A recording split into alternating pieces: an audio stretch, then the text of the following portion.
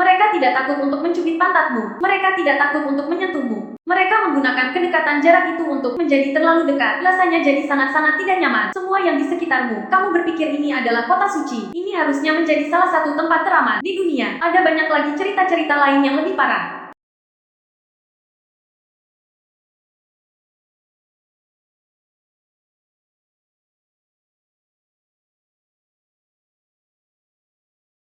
My parents went to the Hajj, they went to the pilgrimage. Before they went, they were given so many warnings about what they should do during the Hajj. And I witnessed the same thing when other people went to the Hajj. And there was one warning that stuck out so much, that women should be especially careful during the Hajj, and that my father should always stay very close to my mother and never let go of her hand. I remember this one conversation about cabs, about taxis. They were saying that my father should go in first and let my mother out first, because many things happen, like women being sexually harassed, having their belongings stolen more often, or even being abducted or something.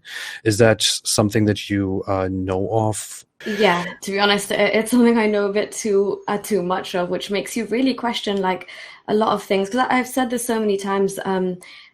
This amount of stories of women, even if like my dad had the same fears when we would go as a family, you know. So it becomes really kind of intense and awkward and dangerous, even when you're doing tawaf, like when you're circumambulating the Kaaba. Especially, like I said, in Ramadan times, it's like a mini Hajj at that point. So it's like the same amount of rush. But honestly, they're not afraid to pinch your bum. They're not afraid to kind of touch you, or you're in an abaya, but they use that closeness to get too close. Like it gets very, very uncomfortable. And you're kind of in shock at that moment, because the Kaaba's here and you're here getting touched up by some man who's in ihram and supposed to be here cleansing his soul and heart and purifying himself. And you also don't feel like it's the right time to even tell the man or the person you're with, your mahram, because it's such a horrible thing to experience, but it happens all the time. Sexual harassment like that, also theft, you know, people who leave their shoes outside the mosque, they go missing. And again, all around you, you're thinking this is a holy city, this surely should be one of the safest spaces in the world. But no, it's got all of the same little ugly things happening that happen out in the rest of Saudi Arabia as well. I know so many stories where women have come back from Umrah and Hajj and just had these horrible stories, and they haven't even told their husbands or whoever they were with. And then obviously, like there's much darker stories, which probably will very much kill the mood of this conversation. But even one of my own teachers from high school had like the most horrific experience happen to her, where she was in a taxi and the guy just took a detour and drove her into the middle of the desert and raped her and just left her there. And she somehow made it back. But all I saw of her was she came to school to collect her belongings and she just left the country.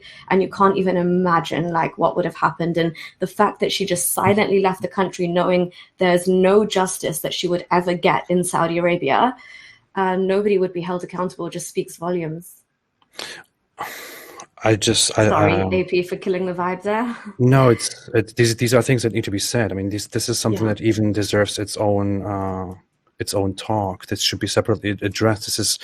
I mean, I was a Muslim when I heard stories, when I heard little mentions of these things or little warnings of that kind, and I didn't even get it back then. And it's like, I feel like until after I left Islam, I didn't even perceive what, you know, it's just shocking back then when you are a Muslim, when you are religious and you value these things, you value, the Arabian lands, and you value the Kaaba and Mecca and Medina and all that. This is Islamically described as a safe place, you know, where you go for refuge.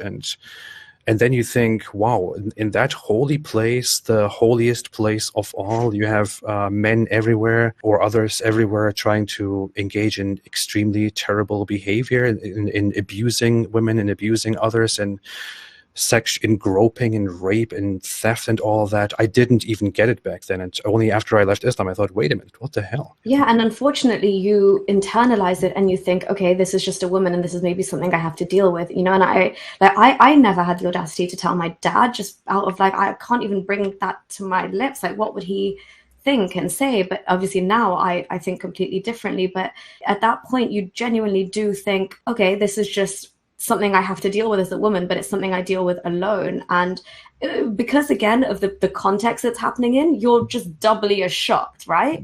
You're like, I'm here as well on a pilgrimage. I'm here to get close to God, and this is like the antithesis of what I should be talking about here. And it just, as a woman, you really internalize these things. I think there are, like, you're actually probably people who have lived in Saudi Arabia, and the way we were taught, because if you go to an international school, up to a certain level, Islam isn't compulsory. Because of that, you have to, like, obviously my parents were adamant that we would all learn the Quran. We actually had a teacher come to the house. But again, the horror stories of what these men do when they come and teach kids at home is like, there's so many stories. Obviously, we'll get back to the point of this discussion, but yeah, all of these things definitely need to be discussed, and people, they need to come out in the open now.